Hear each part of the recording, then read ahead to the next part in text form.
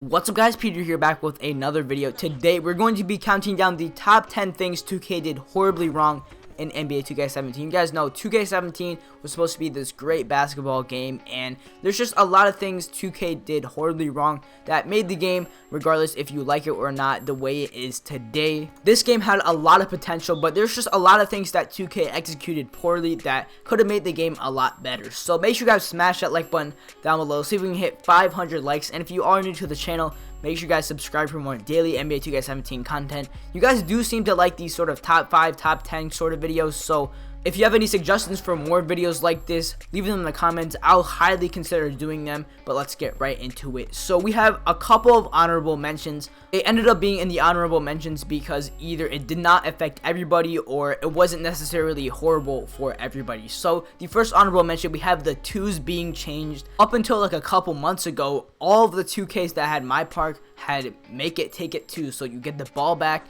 every single time you scored, and people never seemed to have a problem with that. I mean, there was obviously some people that were saying that, and then they came out with this poll and it was rigged and like all this stuff. I made a video about that, but basically they changed the twos and so many people were complaining. Most of the people I talked to, at least, do like the twos, make it take it, instead of you having to give the ball back every single time you score. So the reason why I do put this in the honorable mentions is because some people actually did like this change. But regardless, it was a big change to the 2K My Park franchise, and it caused a lot of commotion. Now, the next honorable mention, we have the Legend reward. 2K totally messed up on this. They didn't give you anything in NBA 2K17 for getting Legend, but the reason why I put it as an honorable mention is because it really only affects two people. I mean, there's two Legends right now, so I mean, it didn't affect, I mean, obviously people want to see what the reward would have been, but I mean, it doesn't really affect you that much because you weren't the one grinding that much. And plus, since Nate and Orlando were the first two Legends, that means they got a lot of exposure, so I guess it kind of makes up for it. But like now, if you hit Legend, you're probably not going to get that much exposure.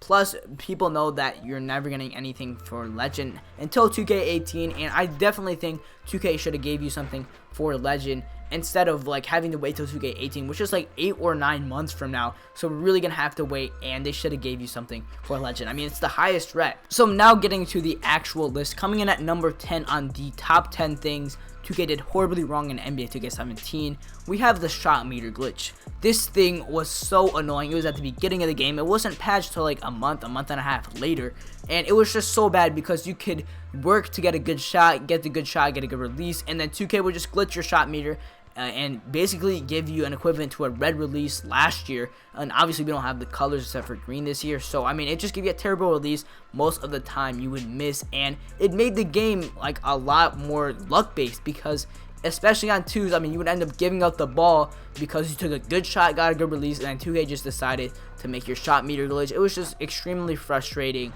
And I mean, the fact is, they should have taken it out the first week. I mean, people were already complaining about it, and they waited like a month. I remember they waited till like, I think October or something, even November. I'm not exactly sure, but they waited a long time to patch it. And I actually didn't play 2K for a couple weeks just because it was so annoying. And no matter how good a release you would get, if 2K decided to make you miss, they just make you miss. Coming in at number 9, we have the archetype system. This was executed so poorly, and it's kind of debatable, but there's one part of the archetype system that a lot of people do agree with. I don't think anybody really argues with this part, but basically archetypes were capped so much this year to the point where it was just so unrealistic. People could basically only do one thing very well, or one or two things. They could do everything else kind of mediocre, and it was just really weird. I mean, they put the caps so low. It was made for Pro-Am, so for Park, it was just kind of hard to make that work. But I mean, also, it was just completely unrealistic. I mean, to be able to play elite defense in this game, that means you're sacrificing shooting. So basically, you're saying if you're a good defender, that means you can't shoot. But look at Kawhi Leonard. He's arguably the best defender in the NBA, and he's a very good and kind of an underrated shooter. So, I mean, it's just realistic to have somebody that can do that. I made a video all about that, but basically, I mean, to do what a 2K16, even 2K15 player could do, you'd have to make like a combination of at least like 3 archetypes, just because the caps were so low.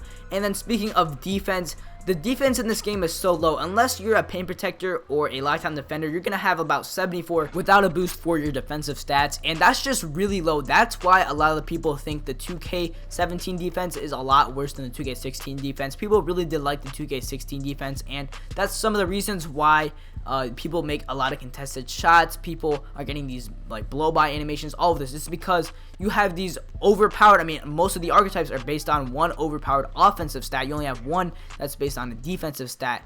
And then, I mean, there's only one player that can do that. You have to sacrifice shooting. So you're not going to be able to have good defense to counteract the very overpowered offense that these other people have. And, I mean, it'd just be a lot better if everybody just kind of had a very high defense. I mean, last year, everybody can max that out, and people love the defense. So, yeah, I felt like they should have just made the defense higher for everybody, and it would make the game a lot better. Coming in at number 8, we have the whole clear reserve space thing. So this means getting stuck on the Paul George screen, your game taking too long to start, the logo screen. Even some people are getting stuck on the Chris Paul in that first cutscene when you're starting up the game. Basically, what you would have to do, or what you have to fix by clearing your reserve space, all of that stuff, and it was just so bad. It made the game basically unplayable unless you did clear your reserve space, and it was just terrible. I mean, I remember just to be able to play Pro-Am without lagging out or teammates lagging out, all of us would have to clear reserve space pretty much daily, and it was just terrible. But also, this was like the only game that did this. There was no other game where you have to constantly clear your reserve space or get stuck on all these loading screens. But it got even worse when 2K support tweeted out, I think about a month ago, saying that we shouldn't be clearing our reserve space, which was like the only thing that made the game playable for us. Like, you just could not play the game without doing that. But they said instead of clearing reserve space, you're supposed to basically reinstall your game. So that means instead of waiting maybe 15 minutes for it to retrieve data after you clear reserve space, you're supposed to wait like 6 hours for your game to re-download. Like, that's just terrible, just to be able to play the game. Like, that's where it got extremely out of hand. They did claim to patch it in patch 8. We don't even know if they actually patched it, which is also another thing. I mean, with all the patches, we don't even know what's actually patched. They tell us they patch things, they don't. They patch things, they don't tell us, right? So I mean, it's just this whole thing, but hopefully it's fixed now. But that comes in at number 8. Coming in at number 7, we have park cards. 2K, what are you doing here? You know we don't like park cards, but they still even try to put more features on park cards into the game. Park card packs, enhanced park cards, jumbo park card packs, all of this stuff.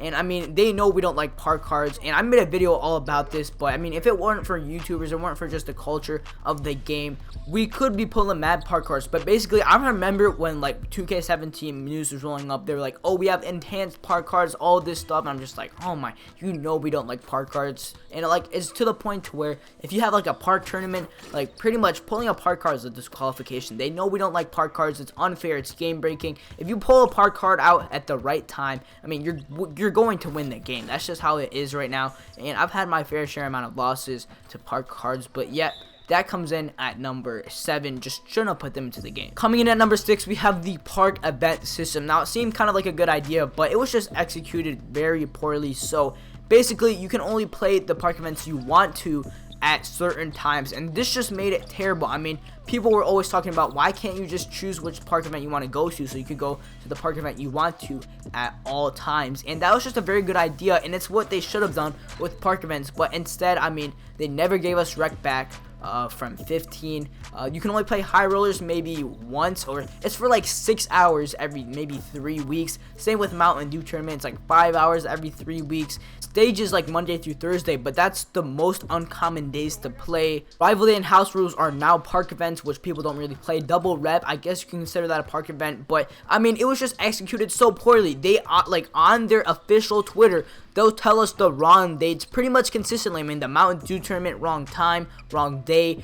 Double rep weekend, wrong time to end it. I mean, all of this stuff. I mean, if you're gonna make a game based on like dates and times, then at least get them right. Like, get a calendar, get a watch. Also, I forgot Park After Dark. It's like once every 2 months, but it's unplayable, so it doesn't really matter anyway. But another way they executed it poorly. So not only are you not allowed to play the events when you want to, not only are they going to tell us the wrong times of the events that they have for limited times, but you can't even play the events when they come out. I mean, like, the servers will be so bad. They don't have the capable servers to be able to actually host a park event. I mean, for example, high rollers, it's once every 3 weeks. So out of a 3-week period for 6 hours, of course everybody is going to be playing, but your servers can't handle that. So you take our VC because we lag out on 25k, or that's just an example, right?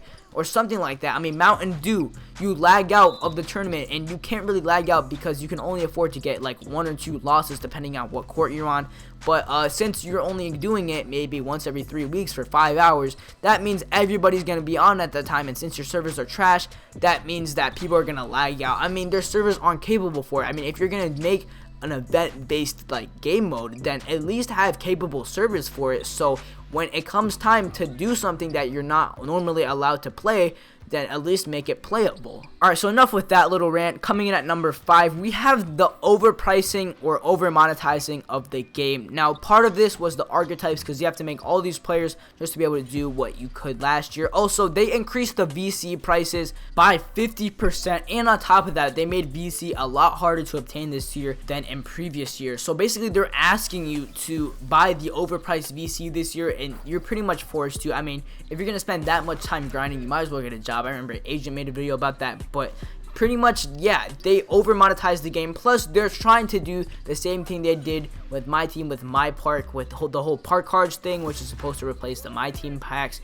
and they want people to spend a bunch of money for VC to buy park card packs, even though nobody likes them. But basically, they're trying too hard to monetize the game, and it's just too much at this point. I understand 2K does want to make money, but there comes a point to where you're sacrificing too much of the quality of the game for money.